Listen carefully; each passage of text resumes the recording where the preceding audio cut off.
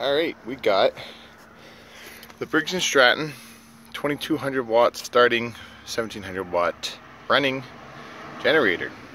I got this for our house trailer for when we're boondock camping, when we can't sustain the AC non-stop with the solar panels, because this guy did good.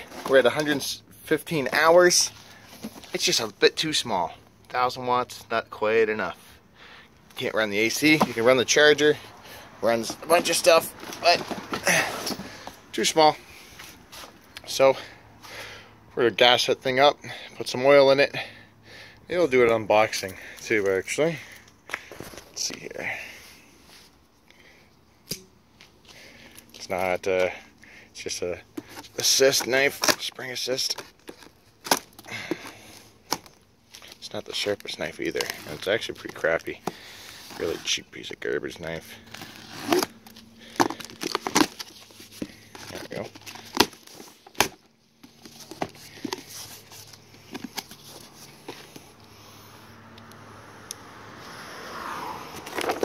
Big massive instruction manual. Got our oil, we got a screwdriver. Give you a little thing for USB funnel. That's nice. So it looks like they give you everything to run it. What do they give you? Small engine oil, 4-stroke, TMW30. It's probably just standard oil. It's probably not even synthetic.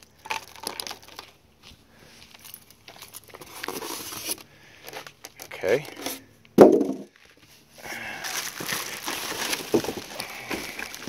Well, at least it's all in one piece. I don't have to put anything together. I'm just going to get the wrapper off and I'll get back to you guys. And there it is. That's the front look like here. You got 2 plugs. God, what the heck is this? Is it the parallel setup? That's kind of neat. I think that's for paralleling. So that's cool if I ever want another one. 12 volt, 5 amp, that's neat. Main reset. DC reset. Some other reset buttons. We get a grounding lug. Quiet on and off. Interesting. Alright, let's put some oil in this thing. Hey guys, how's it going? It's going off grid again. And we're going to do a little video here. I got 2 totally different inverter generators. It's a 1000 watt peak. That's 2200 watt peak. This is a Briggs & Stratton, and this is a Black Max. Totally different inverter generators. This inverter generator has a parallel option. This one does not.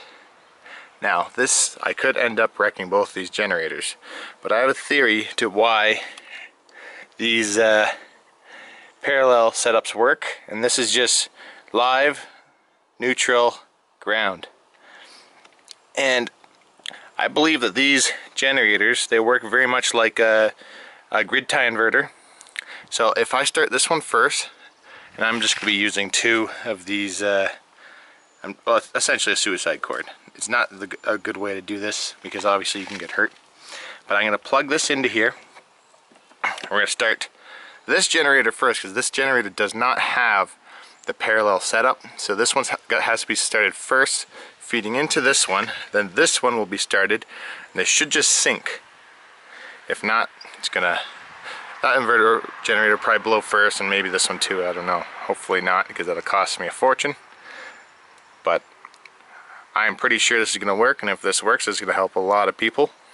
Obviously, if you could get your hands on this proper cord and then cut the end and just make something safer up for this generator would be ideal.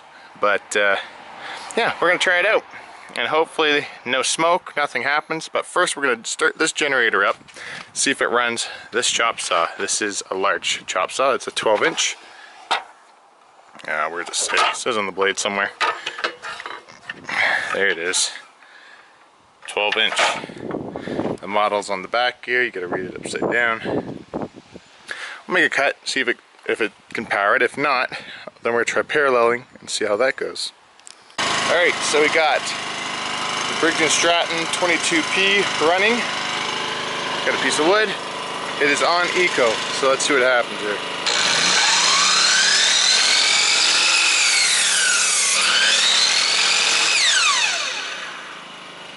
Yeah. Definitely has like a soft start technique, but it worked. Wow. We're gonna have to put a bigger load on this because it didn't even need anything to help it to run. So we're gonna add like a little heater or something to this load, do it again, see if we can overload it, and then we're gonna do the same thing with these hooked up. Alright, now that little heater's running, that's cranked up. We're actually gonna turn the idle off so that full revs. It's definitely on. Hopefully this holds. Let's make another cut. That's it. Overloaded.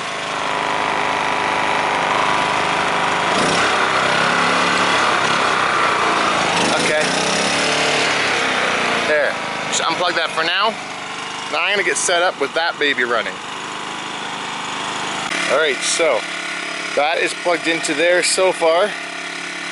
No big booms, no nothing yet. So we're gonna start this up and see what happens.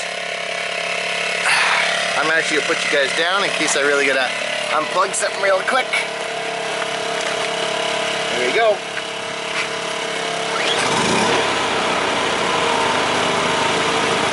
Okay. They seem to have both synced with each other. You got the green light. They are both hooked up with a suicide cord right now the way they are, which is insane. So I'm gonna plug this in and we should get both generators revving up.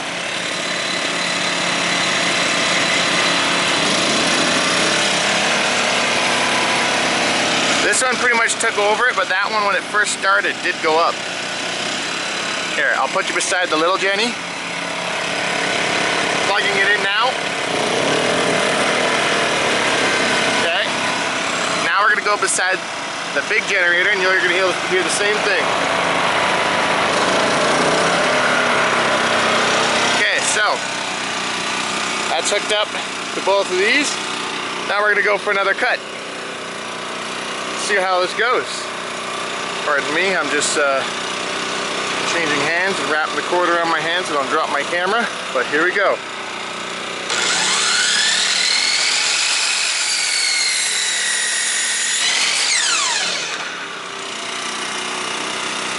You can parallel pretty much any inverter generator. I won't say any, you gotta take this at your own risk, guys, but that's an inverter generator, that's an inverter generator. That has parallel connection ready, that one does not. So when you don't have parallel connection ready on both, the one without parallel connection needs to be running first and has to be hooked up to the unit before that unit starts. And as you can see, we still have that on. Let's unplug it. There you go. Parallel connecting.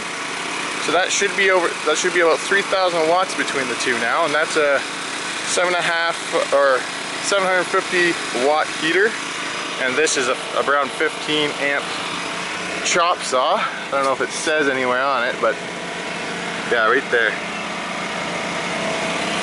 And I was able to do it no problem. Actually, that did the chop saw by itself, but with the two, I was able to do the heater and the chop saw, which is awesome. So you can do parallel connection, and I bet you this would work with an inverter as well. Instead of having this generator, you could have an inverter. Inverter needs to be on first, plugged into the parallel capable generator, and it's like a grid tie. But unlike a grid tie, it's not going to try to force power into whatever you're plugged into. It just matches it. So it's pretty neat. Hope you guys enjoy this video, and I hope this is helpful to somebody. I just was toying around with my two little generators, and yeah. See you guys later. Oh yeah, one more thing before I go. When you're shutting these off, this one's got to go off first. So we're going to shut this off. Now that one's off. Now then you can shut this one off before you unplug anything. because remember, this is a suicide cord. Very dangerous. If one of those generators were running, touch this, boom, get zapped. If you got a bad heart or anything like that, you're going to probably stop your heart from beating. Anyways guys, hope you enjoyed the video. Hope you're able to learn something. See you later.